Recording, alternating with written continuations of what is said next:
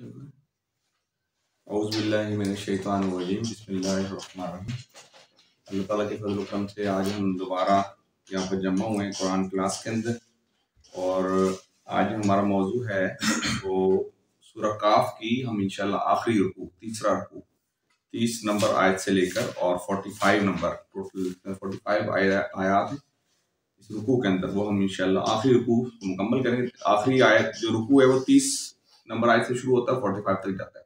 तो इस पूरी सूरत के अंदर 3 रुकू हैं और 45 आयात हैं, और ये कुरान मजीद की 50 नंबर सूरत है, और जो कि मैं आपके सामने पहले भी रख चुका हूँ कि नबी मेहरबान सल्लल्लाहु अलैहि वसल्लम जो है ये अक्सर ईदैन के अंदर, ईदैन की नमाजों के अंदर इन रुकुओं को पढ़ा करते थे, और जुम्मे की नमाज के अंदर भी इसको पढ़ा करते थे, और उसके अलावा फजर की नमाज में भी कसरत से इसको पढ़ा करते थे। इसका मतलब है कि बहुत इंपॉर्टेंट और बड़ी अहम सूरत है कि जो कि फिक्र आखिरत का इसके अंदर आखिरत का तस्करा जा बजा किया गया, तो ये बड़ी अहम सूरत है। उम्मे हशाम बिन हारसा, ये नबी मेहरबान सल्लल्लाहु अलैहि वसल्लम की एक पड़ोसन थी जो कि उनके साथ ही उनका घर था।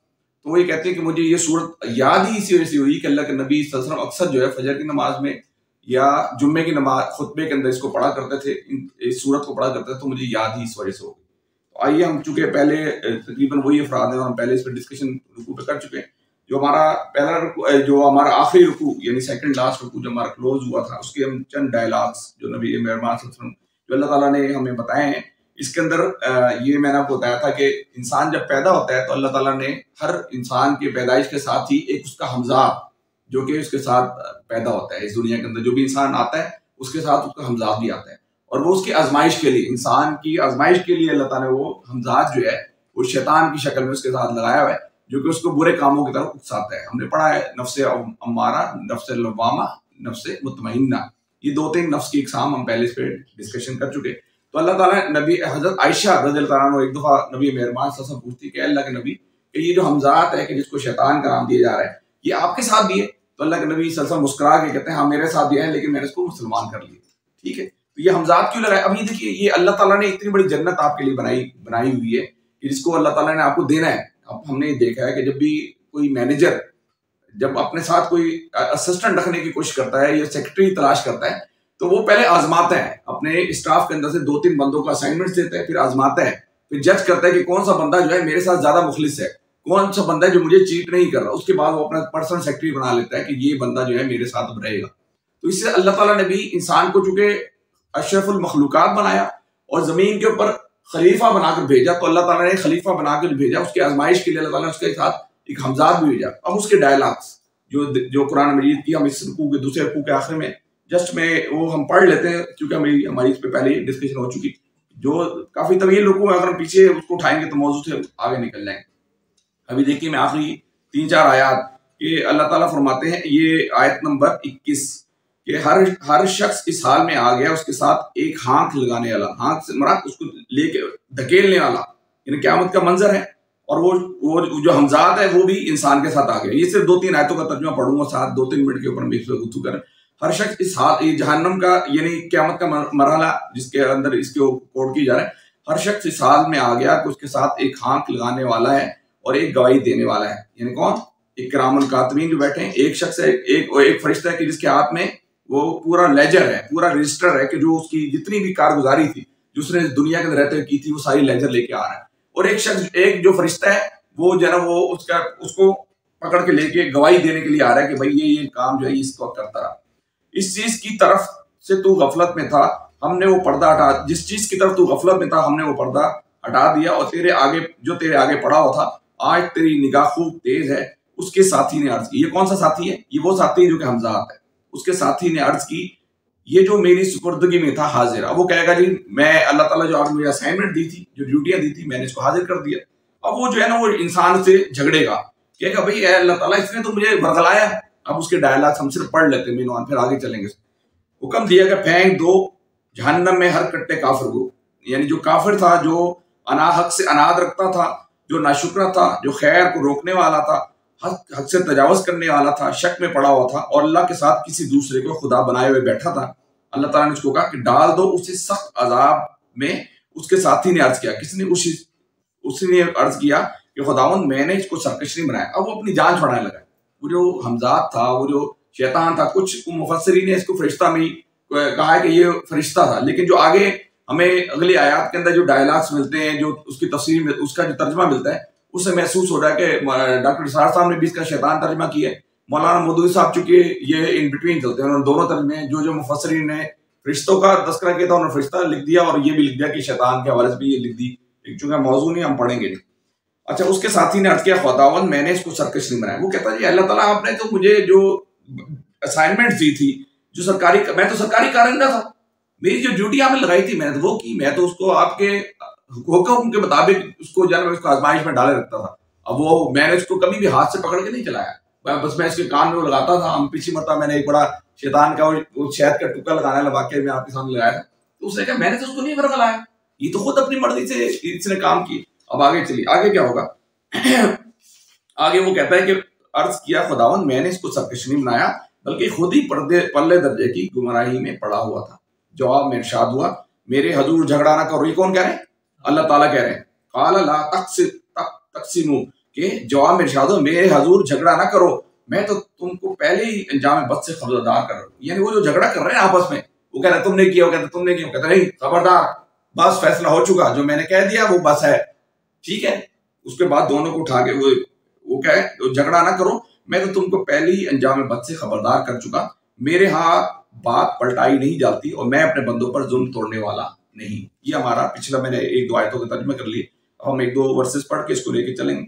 औज़ु बिल्लाहि मिनश शैतानिर रजीम, बिस्मिल्लाहिर रहमानिर रहीम, यौम नक़ूलु लिजहन्नम हल इम्तलअत व तक़ूलु हल मिन मज़ीद व उज़्लिफ़तिल जन्नतु लिलमुत्तक़ीन गैर बईद हाज़ा मा तुअदून लिकुल्लि अव्वाबिन हफ़ीज़ मन खशियर रहमान बिल गैबि व जाअ बिक़ल्बिन मुनीब। सदक़ल्लाहुल अलीयुल अज़ीम। वो दिन जबकि जहन्नम से हम पूछेंगे कि क्या तू भर गई। अब आगे चूंकि उनकी डायलॉग खत्म हो गई उनके आपस में, अब अल्लाह ताला ने कहा वो दिन जब कि हम जहन्नम से पूछेंगे कि तू भर गई, तो वो कहेगी क्या कुछ और है, और जन्नत मुत्तकीन के करीब ले आई जाएगी, कुछ भी दूर ना होगी। इरशाद होगा, ये है वो चीज जिसका तुमसे वादा किया जाता था। हर उस शख्स के लिए जो बहुत रुजू करने वाला और बड़ी निगहदाश्त करने वाला था, जो बेदेखे रहमान से डरता था और जो दिले गर्विदा लिए हुए आया है। रब्बि शरह ली सदरी व यस्सिर ली अमरी वहलुल उक़दतम मिन लिसानी यफ़क़हू क़ौली। अज़ीज़ान गिरामी, हमने पिछले दो रुकू अल्हम्दुलिल्लाह काफ़ी तफ़सील देख लिए। अब ये यहाँ पर जो तस्करा किया जा रहा है उन जहन्नमियों को किया जा रहा है। फैसला हो चुका है, लोग आ गए हैं, उससे सारे नामाल सामने आ चुके हैं। यानी हक व बातिल जो था, जो दाएं बाजू वाले थे वो अलग हो गए, बाएं बाजू वाले अलग हो गए, जन्नत में जाने वाले अलग हो गए, जहन्नम में जाने वाले अलग हो गए।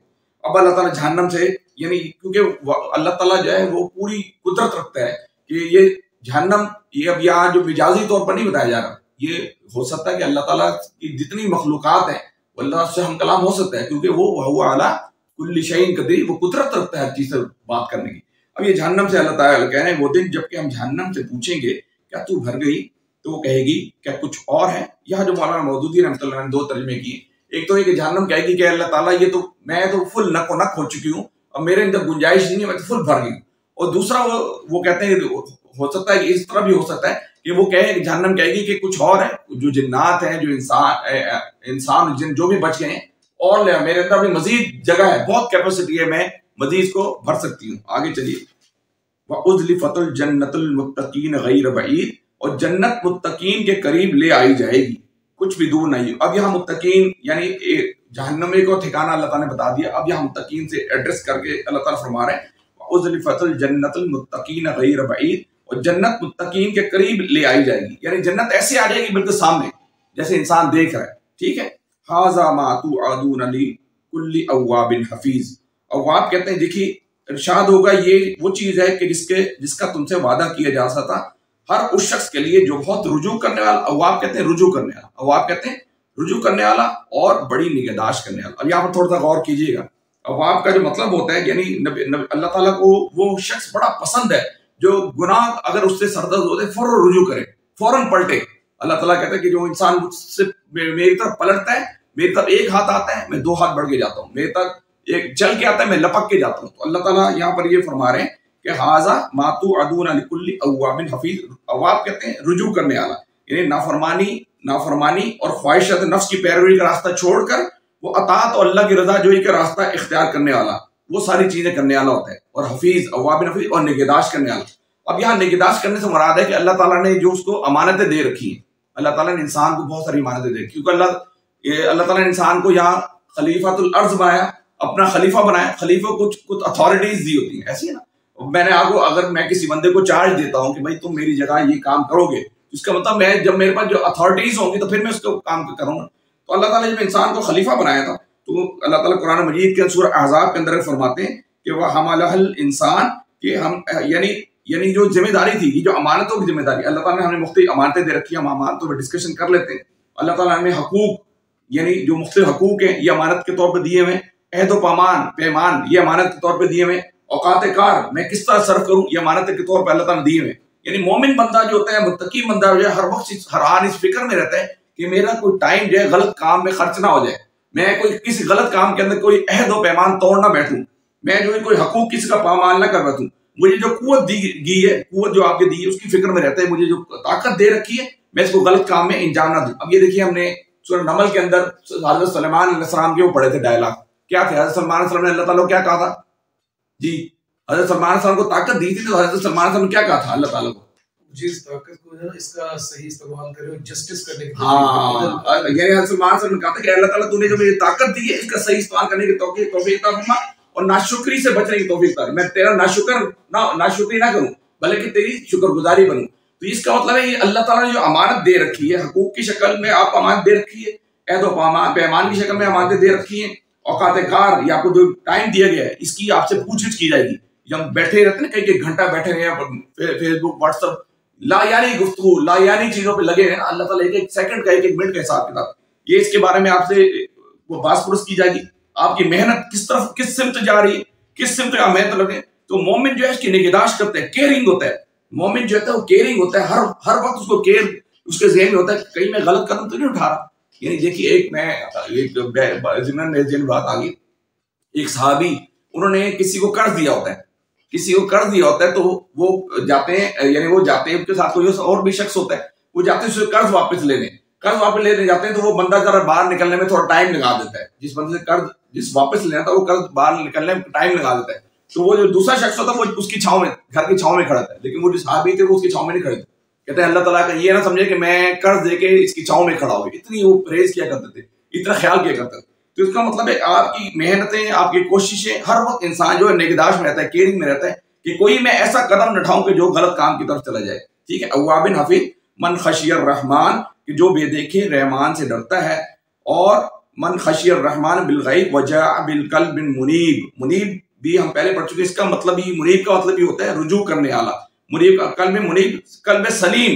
अल्लाह ताला कहता है कि वो जो रहमान से बेदेखे डरता है और कल्ब सलीम लेके मेरे पास आया है, उसके लिए अल्लाह ताला ने फिर फरमाया कि दाखिल हो जाओ, उदखुलूहा बिसलामिन ज़ालिका यौमुल खुलूद, कि दाखिल हो जाओ जन्नत में सलामती के साथ, वो दिन हयात अब्दी का दिन होगा, और वहां उनके लिए वो सब कुछ होगा जो वो चाहेंगे। ठीक है। यानी जन्नत, ये जो फाइनल डेस्टिनेशन, मोमिन की फाइनल डेस्टिनेशन क्या है, जन्नत है। उसकी डेस्टिनेशन, जब उसका डिसीजन हो जाएगा, तो वो जन्नत ऐसी जन्नत होगी कि जिसके अंदर जाने के बाद कोई बंदा वापस नहीं निकलेगा। फाइनल, हमेशा हमेशा के लिए उसको जन्नत अता कर दी जाएगी। वहां इनके लिए वो सब कुछ होगा जो वो चाहेंगे। मा यशाऊन फीहा वलदैना मजीद। अब ये जन्नत के अंदर 2-3 चीजें और बताई जा रही है, मजीद, यानी वो कहते हैं कि जन्नत के अंदर वो सारी चीजें मिलेंगी जो आप चाहेंगे। जन्नत के अंदर 3 कैटेगरीज होंगी। एक वो कैटेगरी होगी नफ्स इंसानी में, जो दाइयात है, कि नफ्स इंसानी जो डिमांड करता है कि मेरे लिए ये बहुत अच्छी गाड़ी होनी चाहिए, मेरे लिए बहुत, हर इंसान की अपनी मेंटल अप्रोच है ना। एक तो उसको, उसकी जो दाइयात है, उसकी जो बेसिक रिक्वायरमेंट, वो सब चीजें मिलेंगी। नंबर 2 पे वो शख्स होंगे जो कि अपनी अपनी कैपेबिलिटी के मुताबिक, अपनी अपनी सोच के मुताबिक मांगेंगे। एक देहाती है, उसने देहात के मुताबिक मांगना कि अल्लाह ताला मुझे खेत मिल जाए, अल्लाह ताला मुझे गाय मिल जाए। उसको अपनी, उसकी सोच एक फलसफी है, उसने अपनी सोच के मुताबिक चीज मांग ली। और उसके अलावा जो है एक आलिम फाजिल है, उसकी एक अपनी सोच होगी, उसको हर चीज जन्नत के अंदर मिलेगी जो वो सोचेगा। अच्छा, एक वो लोग होंगे जो कि अल्लाह की रजा के अलावा कुछ नहीं मांगेंगे। वो कहेंगे अल्लाह ताला बस तेरा दीदार चाहिए, मुझे तेरा दीदार चाहिए, मुझे और कुछ नहीं चाहिए। 3 किस्म के लोग होंगे। एक तो उसकी दाइया जो थी, कॉमन लोग थे, उनको सब कुछ मिल गया। दूसरे वो लोग थे जो स्पेशलिस्ट थे, उनका अपना अपना एक मिजाज था, अपनी अपनी सोच, उसको भी मिल गया। अब तीसरे एक ऐसे भी लोग होंगे जन्नत के अंदर जो कहेंगे अल्लाह ताला बस हमें तेरा दीदार चाहिए, हमें तेरा दीदार चाहिए। देखिए राबिया बसरी का एक कॉल कि राबिया बसरी एक दफा जनाब अपने हाथ में एक लोटा उन्होंने पकड़ा होता है और एक मशल पकड़ी होती है। एक हाथ में लोटा होता है पानी से भरा हो और एक हाथ में मशल होती है। अब वो लेके जा रही होती है तो एक शख्स पूछता है कि राबिया बसरी पूछता है कि आप क्या किस लिए लेके जा रही है? वो कहती है कि मैं ये मशल इसलिए लेके जा रही हूँ। वो शख्स पूछा राबिया बसरी कहाँ जा रही? फरमाया मैं मशल इसलिए लेके जा रही हूँ ताकि जन्नत जो है इसको जलाना चाहती हूँ, मशल से मैं जन्नत को जलाना चाहती हूँ। और लोटा जो है वो मैं इसलिए पानी से भर के जा रही हूँ ताकि मैं इस दोजख को जला दूं, कि वो लोग, ताकि लोग ऐसे जो दोजख के डर से और जन्नत की ख्वाहिश से अल्लाह को मानते हैं ना, वो चाहते हैं, वो जन्नत की लालच में न है, वो अल्लाह को चाहे बस।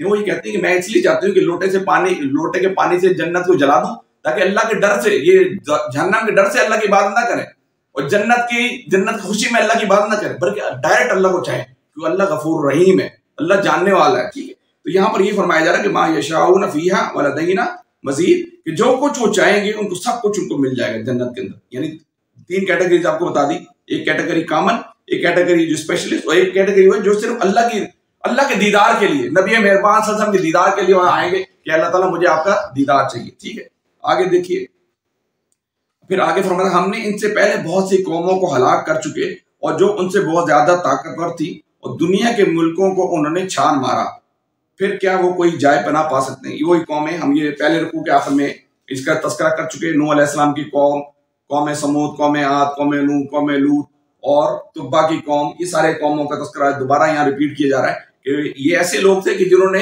ये लिमन कान लहू कल ये फबतशन फनक्कबू, नक्कब कहते हैं यानी किसी चीज का तोड़ना, ताला तोड़ना, नकब लगाना। वो कह रहे हैं ऐसी ऐसी कौमें गुजरी अल्लाह ताला कह रहे हैं कि जिन्होंने नकब लगाकर मुल्कों को फतह कर लिया। तो अल्लाह ताला फरमाते हैं फिर क्या कोई जाए पना पाएगा? वो बहुत ज्यादा ताकतवर थी और दुनिया के मुल्कों को उन्होंने छान मारा था, फिर क्या वो कोई जाए पना पा सकते हैं? इस तारीख में इबरत का सबक है हर उस शख्स के लिए जो दिल रखता हो। अब ये देखिए, यहाँ ये आयत बड़ी इंपॉर्टेंट है, इसको गौर से सुनिएगा। इन्ना फी ज़ालिका लज़िक्रा लिमन कान लहू कल्बुन व अलक़िय समअ व हुवा शहीद। ठीक है, इस तारीख में इबरत का सबक है हर उस शख्स के लिए जो दिल रखता हो। अच्छा, ये यहाँ हमने आपको याद होगा सूरह नमल के अंदर पढ़ा था, मैनेजमेंट के असूल के अंदर एक मैनेजर का ये भी असूल था जो यहाँ पर बताया जा रहा है। अब जरा गौर सुनिएगा, फिर वो असूल तलाश करें वो क्या असूल था। ठीक है, इस तारीख में इबरत का सबक है, इबरत का सबक है। हाँ जी, पास्ट की जो वाक़यात होते हैं, जो अच्छा मैनेजर होता है उससे भी सबक हासिल करते हैं। ठीक है ना, तो अल्लाह ताला बार बार रिकॉल कर रहे हैं, बार बार रिमाइंड कर रहे हैं कि ये जो कौमें तबाह हुई उन्हें क्या क्या किया था और तुम लोग भी उसी तरफ जा रहे हो, तुम समझ जाओ, तुम सुधर जाओ, तुम नेकी की तरफ आ जाओ, तुम कुरान की तरफ आ जाओ। तो यहाँ ये बताया जा रहा है कि इस तारीख में इबरत का सबक है हर उस शख्स के लिए जो दिल रखता हो। अब ये देखिए, दिल यहाँ पर जो दिल से मुराद है ना, ये वो दिल नहीं है, मुर्दा दिल नहीं, बल्कि जिंदा दिल। अब ये देखिए, ख्वाजा मीर दर्द की एक शेर है कि मुझे ये डर है दिल जिंदा तू ना मर जाए, मुझे ये डर है दिल जिंदा तू ना मर जाए, कि जिंदगानी इबादत है तेरे जीने में, कि जिंदगानी इबादत है तेरे जीने में। अब ये देखिए, हाफिज इब्न कय्युम, ये जो दिल होता है, दिल जिंदा किस तरह होता है? जब इंसान इस कुरान के मुताबिक अपनी जिंदगी को ढालता है ना, तो उसका दिल जिंदा रहता है, उसके दिल के अंदर एक पोटेंशियल रहती है। उसके दिल, हाफिज इब्न कय्युम एक बड़ा जबरदस्त उन्होंने उनका कॉल नकल फरमाते हैं कि कुछ लोगों कहते हैं कि कुछ लोग ऐसे होते हैं जब वो कुरान को पढ़ते हैं ना, तो ऐसा लगता है कि कुरान मसहफ पे नहीं बल्कि उनके दिल पे उतर रहा है। कुछ लोग जब कुरान पढ़ते हैं तो ऐसे पढ़ते हैं, ऐसा लगता है कि कुरान मसहफ कहते हैं कुरान मजीद को, कुरान मसहफ पे नहीं लिखा बल्कि उनके दिल के ऊपर लिखा। सुभान अल्लाह, उनके दिल के ऊपर लिखा हुआ है और वो बल्कि उनके कल्ब पे लिखा हुआ है और वहां से पढ़कर वो सुना रहे, यानी उनका एक हमांगी होती है, उनकी एक रिदम होती है, वो इस तरह चलते हैं, जबरदस्त तरीके चलते हैं। कुरान को पढ़ते हुए कुछ लोगों का क्या सिंपैथेटिक वाइब्रेशन जो होती है, जिसकी फितरत सही होती है, जो अंदर से कल्ब सलीम लेके आता है, जो अंदर से पाक दिल रखता है, वो मुर्दा नहीं होता। इसके बारे में हम इंशाल्लाह ये जो इस रुकू का स्टार्ट था वो हमने किया था कुरान मजीद से, और इस रुकू का यानी सूरत का आगाज जो था वो कुरान मजीद से किया गया और सूरत के इख्तिताम भी कुरान मजीद पे। उसमें हम इंशाल्लाह फारसी का एक शेर है इल्लामा इकबाल का, वो पढ़ेंगे तो उसको फिर हम आगे समझने की कोशिश करेंगे। एक शेर शिकवा के अंदर, शिकवा जवाब शिकवा जो इल्लामा इकबाल की एक बड़ी जबरदस्त नज़म है, तू जरा छेड़ न दे, तू जरा छेड़ न दे तिश्नाए मिज़राब साज, तू जरा छेड़ न दे तिश्नाए मिज़राब साज, नगमे बेताब है तारों से निकलने के लिए। यानी इंसान के अंदर जब खालिस होता है ना, इंसान के अंदर जब कुरान होता है ना, तो वो बात का छोटी सी बात हो रही है जिसको रोना आ रहा होता है। ऐसी आप देखें, अगर आप हज पे जाए तो आप वहां देखते हैं कि भाई वहां जो है वो दुआ कर रहे होते हैं और वहां जो लोग रो रहे होते हैं आंसू से, और इमाम बात का बड़ी जबरदस्त दुआ मांग रहे थे, लेकिन कुछ लोगों को जरा फर्क नहीं पड़ रहा। तो ये दिल किस वक्त साफ होगा? जब आप इस कुरान को समझने की कोशिश करेंगे। हम आगे जाएंगे, कुरान खुद अपनी बात खुद बता रहा है आगे। हमने अब आगे फरमाते हैं, इस तारीख में इबरत का सबक है हर उस शख्स के लिए जो दिल रखता हो या तवज्जो से बात सुने। अब ये दूसरी बात यहाँ पर बताई जा रही है, वह शहीद, कि जो तवज्जो से बात सुने। अगर आपका दिल, आप समझते हैं कि आपकी दिल के अंदर वो कैफियत पैदा नहीं हुई, अगर आप ये समझते हैं आपका दिल जो है ना वो उस बात पे राजी नहीं हो रहा, तो आप वो अल्लाह ताला फिर आगे बता रहेगा, तो आपका दिल उस पे नरम नहीं हो रहा, आपका दिल समझते हैं कि आपके उसमें नहीं आ रहा, तो आप आगे अगले बताए या तो तवज्जो से बात सुनो। फिर ये कि अगर आपका दिल उस तरफ नहीं आ रहा, तो आप तवज्जो से कुरान की बात सुने, तवज्जो से कुरान को समझने की कोशिश करें, तवज्जो से कुरान पे तदब्बुर करें। अच्छा, भी देखिए हमारी बदकिस्मती ये है कि हमारे यहाँ दो किस्म के लोग, यहाँ पर दो किस्म के लोग हैं। एक वो लोग हैं जो कि मुफक्किरीन हैं, जिन्होंने बड़ा जबरदस्त, यानी कुरान को समझने का तरीकेकार है कि आप जिक्र भी करें और फिक्र भी करें, यानी जिक्र भी करें और तदब्बुर भी करें। ये दोनों काम होंगे तो कुरान आपके दिल के अंदर जाएगा। ये बड़ा जबरदस्त पॉइंट है, जरा गौर कीजिएगा। कुरान को समझने के लिए आपके पास दो चीजें हैं, दोनों चीजें साथ होगी तो फिर कुरान समझ आएगा। एक तो उसका जिक्र से माते पढ़ना, ठीक है, पढ़ना, अल्लाह ताला ने जो अस्कार बताए इसको करना। दूसरा इसकी फिक्र करना कि यार ये जो कुरान कह रहा है, ये कुरान कह रहा है कि झूठ ना बोलो, मैं तो झूठ बोल रहा हूँ। कुरान कह रहा है कि किसी को चीट ना करो, मैं तो चीट कर रहा हूँ। कुरान कह रहा है किसी के साथ जुल्म ना करो, मैं तो जुल्म कर रहा हूँ। ये तदब्बुर। कुरान कह रहा है कि इस्लामी निजाम कायम होना चाहिए, इस्लामी निजाम क्यों नहीं, और मैं इसकी फिक्र करूँ। कुरान कह रहा है कि घर के अंदर नाच गाने नहीं होने चाहिए, मैं मेरे घर में नाच गाना, मैं इसकी फिक्र करूँ। तो जब तक आप जिक्र फिक्र, अब यह देखिए हमारे यहाँ हमारा अलमिया ये है कि कुरान को समझने के लिए दो किस्म के हल्के जो है पैदा हो गए। एक वो है जो मुफक्किरीन है कि जिन्होंने बेतहाशा किताबें लिखते चले जाए, जिक्र को एक तरफ छोड़ दिया, उन्होंने जिक्र की कोई जरूरत नहीं है, बस किताबें बेतहाशा लिटरेचर डेवलप कर लिया। अच्छा, दूसरे वो हैं जाकिरीन है, वो कह रहे हैं बस जिक्र करते जाओ, ये निजाम खुद ब खुद कायम होगा। आपको पता है हमारे पाकिस्तान के अंदर भी ऐसे लोग मौजूद हैं, ऐसे सोसाइटीज मौजूद हैं, ऐसी ऑर्गेनाइजेशन मौजूद हैं कि भाई वो कहते हैं बस सिर्फ नमाजें पढ़ते चले जाओ, निजाम खुद कायम होगा। निजाम, ये कुरान कहता है कि आपने सब काम करना है। अल्लाह के नबी सल्लल्लाहु अलैहि वसल्लम ने मदीना के अंदर स्टेट कायम करके दिखाई, ऐसे ना अल्लाह ताला के नबी सल्लल्लाहु अलैहि वसल्लम ने मदीना के अंदर एक निजाम कायम करके दिखाया। तो यहाँ पर ये हमारा ये अलमिया है कि दो अलग अलग जो है ना वो हल्के पैदा हो गए। एक है वो जो मुफक्किरीन है, जो कि किताबें लिखते चले जा रहे हैं या रिसर्च करते चले जा रहे हैं, लेकिन जिक्र पे तवज्जो नहीं, वो कहते कोई जरूरत नहीं। दूसरा जो है जिक्र और अस्कार करते चले जा रहा है, वो कह रहे हैं इसकी फिक्र की जरूरत नहीं है, ये खुद अल्लाह ताला करेगा। ये अल्लाह ताला ने आपको भेजा किस लिए है? फिक्र करेंगे, एक चीज निजाम डालो। आप घर के अंदर आपका बच्चा अगर पढ़ता नहीं है या कोई मसले होते हैं तो आप उसकी फिक्र करते हैं कि यार मैं इस स्कूल में नहीं लेके पढ़ रहा, इसमें से नहीं पढ़ रहा, इस सर से नहीं पढ़ रहा, दूसरे के पास ले जाऊँ, इस स्कूल में पढ़ रहा, दूसरी जगह ले जाऊँ, ये करूँ। फिक्र करते हैं ना, आखिरकार आप उस बच्चे को पार लगाने में कामयाब हो जाते। लेकिन इसके मामले में फिक्र नहीं करते, इसके निजाम के मामले में फिक्र नहीं करते। तो यहाँ पर ये है कि हमें इन दोनों की फिक्र करनी। फिर आगे चलिए, आगे अल्लाह ताला खलक़स समावाति वल अर्ज़ वमा बैनहुमा फी सित्ततिन अय्याम, ये आगे अल्लाह ताला फरमाते हैं कि हमने जमीन और आसमानों को और उनके दरमियान की सारी चीजों को 6 दिनों में पैदा किया और हमें कोई थकान लाहक ना हुई। अब यहाँ पर जो यहूदी और ईसाई थे ना, वो ये यहूदियों का एक जो तौरात एक वक्त आया था कि इस दुनिया से खत्म हो गई थी, मिट गई थी, तौरात खत्म हो गई थी। तो तौरात जो है वो इंजील जो काफी अरसे के बाद दोबारा लिखी गई। तो उन्होंने लिखने के दौरान कोई ऐसी मिस्टेक्स करनी कि उन्होंने कहा जी अल्लाह ताला ने 6 दिन में 7 दिन में जमीन और आसमान बनाए, 6 दिन में जमीन और आसमान बनाए, उसके बाद 7वें दिन रेस्ट की। ये मौलाना मौदूदी रहमतुल्लाह अलैह ने ये बाइबल की किताब पैदाइश के जिसके अंदर जो पहली किताब थी कि जिसके अंदर लिखा हुआ था कि अल्लाह ताला ने ये, उन्होंने इसका बकायदा रेफरेंस भी दिया हुआ है। तो ये जो हम ये देखिए, ये जो आजकल हमारे यहाँ जो कैलेंडर है ना, कि जो कैलेंडर के अंदर आता है कि भाई 6 दिन आपने ड्यूटी करनी, 7वें दिन रेस्ट करना, ये उसी का कंटिन्यूटी है। यानी ये यहूदियों का और ईसाइयों का ये नुक्ता नजर है कि 6 दिन अल्लाह ताला ने 7 दिन में ये बनाया, 6 दिन अल्लाह ताला ने जमीन आसमान बनाया और 7वें दिन अल्लाह ताला ने रेस्ट की कि भाई मैं बहुत थक गया हूँ। तो यहाँ अल्लाह ताला ने उसको तंज़ियन इसको जुमले को कहा कि अल्लाह ताला फरमाते हैं कि देखिए हमने जमीन और आसमान को और उनके दरमियान की सारी चीजों को 6 दिनों में पैदा किया और हमें कोई थकान लाहक नहीं हुई, हम कोई थके नहीं है। तो यहाँ पर एक बड़ा लतीफ नुक्ता हमें मिलता है कि मोमिन के सामने जनाब या इस्लामिक कॉन्सेप्ट के अंदर कोई रेस्ट का कॉन्सेप्ट है ही नहीं, कंटिन्यू का आपने चलना है बस। ये संडे का जो कॉन्सेप्ट आता है नहीं, संडे का कॉन्सेप्ट भी वहां से निकला है कि भाई 6 दिन काम करो 7 दिन रेस्ट करो, थक गए बहुत हम थक गए, ठीक है। मोमिन यानी काफिर तो करता है शमशीर पे भरोसा, मोमिन है तो बेटैग भी लड़ता है सिपाही। मोमिन को हर वक्त उसको ड्यूटी पे होता है, वो घर में ड्यूटी पे, वो ऑफिस में ड्यूटी पे, वो बाहर खड़ा ड्यूटी पे, हर जगह उसको फिक्र होती है मेरे मुंह से कोई गलत बात ना निकल जाए, मुझसे किसी का नुकसान ना पहुंच जाए, मुझसे किसी को जुल्म ना हो जाए, मुझसे किसी को ज्यादती ना हो जाए, मैं जो ना अपने घर वालों के साथ किस तरह चलूं, हर हाल वो ड्यूटी पे होता है, ठीक है। आगे चलिए। पस ए नबी, अभी हम सिर्फ तर्जुमा पढ़ लेते। पस ए नबी, जो बातें ये लोग बनाते हैं इस पे सब्र करो और अपने रब की हम्द के साथ इसकी तस्बीह करते रहो, और तरुए आफ्ताब और गुरूब आफ्ताब से पहले और रात के वक्त फिर उसकी तस्बीह करो। ये जो सूरत है ये मैंने आपको पहले ही शुरू में बताया था कि इब्तदाई 3 से 4 साल के अंदर जो है नाजिल की गई थी, और ये 4 साल के अंदर ये जो नाजिल की गई है तो वहां उस वक्त जो है नमाजों का जो है वो नहीं होता, नमाजें जो है मेराज के मौके पर, यानी नबी अकरम सल्लल्लाहु अलैहि वसल्लम मबूस होने के 11 साल के बाद मेराज का वाक़या तकरीबन 11वें साल जो है ना ये मेराज का वाक़या पेश आया, उस वक्त नमाजें फर्ज की गई थी। ये हुई, ये जो कुरान मजीद का ये रुकू नाज़िल किया जा रहा है, ये रुकू जो है 3 से 4 साल का है। ये क्या है?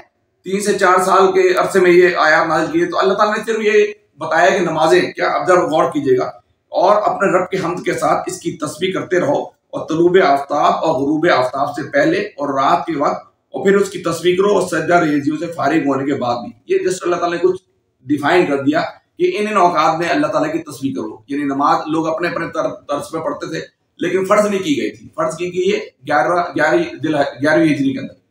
कब फर्ज की गई? 11वीं, जब मेराज का वाक़या पेश आया ना, उस वक्त ये फर्ज की गई थी। उससे ये पहले ये तीसरे या चौथे साल ये रुकू नाजिल किया, ये जो आयात थी उस वक्त नाजिल की गई। तो अल्लाह ताला ये फरमाया कि रात को फिर उसकी तस्बीह करो और सजदा रेजियों से फारिग होने के बाद भी। और सुनो, जिस दिन मनादी करने वाला हर शख्स के करीब ही पुकारेगा, जिस दिन सब लोग आवाज हशर को ठीक ठीक सुन रहे होंगे, वो जमीन से मुर्दों का निकलने का दिन होगा। हम ही जिंदगी बख्शते हैं और हम ही मौत देते हैं, और हमारी तरफ उस दिन सबको पलटना है, और जमीन फटेगी और लोग इसके अंदर से निकलकर तेज तेज भागे जा रहे होंगे, और ये हशर हमारे लिए बहुत बहुत आसान है। ए नबी सल्लल्लाहु अलैहि वसल्लम, ये देखिए मैंने आपको बताया था कि कुरान से आगाज किया गया। इस सूरत का आगाज क्या था? कसम किस चीज की खाई गई थी शुरू में? जी, शुरू में सूरत के शुरू में कसम किस चीज की खाई गई थी? काफ वल कुरान मजीद। जी जी, ठीक है, इसकी कसम खाई गई थी कि काफ कसम है कुरान मजीद की। अब आखिरी भी इससे, ए नबी, जो ये लोग ये बातें बना रहे हैं उन्हें हम खूब जानते हैं। लोग बातें बनाते हैं, आज भी बनाते हैं। ये जो मौलवी आ गया, उसको बोलना नहीं आता, ये ऐसी बात कर गया, ये ऐसी टांट लगाते हैं, इसमें शैतान लगा हुआ है साहब। ए नबी, जो लोग ये बातें बना रहे हैं उससे उन्हें हम खूब जानते हैं। तुम्हारा काम है इनसे जबरन बात नहीं बनवाना, तुम्हारा काम इनसे जबरन बात नहीं बनवाना। बस तुम इस कुरान के जरिए हर उस शख्स को नसीहत करो जो मेरी तंबीह से डरे, जो मेरी तंबीह से डरे। अब देखिए कुरान, ये अल्लामा इकबाल का एक शेर फारसी का है, तो मैं कोशिश करूंगा पढ़ने की, फारसी चूंकि हमारी जुबान नहीं। फिक्र कुरान इख्तलाते जिक्र फिक्र, फिक्र कुरान फक्र कुरान, फक्र कुरान इख्तलाते जिक्र फिक्र, फक्र कामिल ना दीदा है जज्बा जिक्र, जज्बा कुरान ज़िगीमी व रुबाई अस्त, फिक्र कुरान असल शहनशाही अस्त। यानी इसका मतलब है कि अल्लाह ताला, ये अल्लामा इकबाल फरमा रहे हैं, अगर आप फिक्र कुरान का फिक्र करना चाहते हैं तो जिक्र और फिक्र दोनों इकट्ठे होंगे तो फिर कामिल होंगे। अगर आप कामिल होना चाहते हैं तो अल्लाह के जिक्र में अपने आप को खपाइए, अल्लाह के जिक्र में अपने आप को लगाइए। हर आन आपको फिक्र लाहिक हो कि जैसे हमने कहा था कि मोमिन जो है केयरिंग होता है। मोमिन क्या होता है? केयरिंग होता है। हर वक्त फिक्र होती है कि मैं गलत काम तो नहीं कर रहा, क्या अपना टाइम फजूल चीजों में खर्च तो नहीं कर रहा, क्या मैं किसी के साथ चीटिंग तो नहीं कर रहा, क्या मैं किसी के साथ झूठ तो नहीं बोल रहा, क्या मैं अपनी ऑर्गेनाइजेशन के अंदर बैठे हुए अपने बॉस को चीट नहीं कर रहा, क्या मैं किसी के साथ नाइंसाफी तो नहीं कर रहा, क्या मैं किसी के साथ जुल्म तो नहीं कर रहा, मैं किसी की हकूक की नापामाली तो नहीं कर रहा। हर वक्त उसको फिक्र होती है, वो केयरिंग होता है, हर वक्त सोचता रहता है कि यार मुझसे कोई गलत काम ना हो जाए। ठीक है, अब यहाँ पर ये अल्लामा इकबाल ने ये कहा है कि अगर आप कामिल फिक्र चाहते हैं, अगर आप कामिल कुरान पे चाहते हैं कि आप चलना चाहते हैं, तो आपको जिक्र भी करना पड़ेगा और फिक्र भी करना पड़ेगा।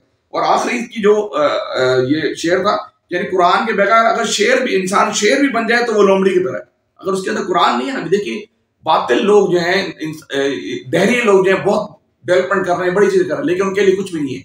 यानी इस्लाम के नुक्ता सामने वो जितनी मर्जी चैरिटी करते रहे, लेकिन अगर उसके अंदर ईमान नहीं, वो चैरिटी सारी फजूल है। तो वो ये कहते हैं कि यानी जिसको फिक्र कुरान मिल गया वो तो शहनशाह हो गया।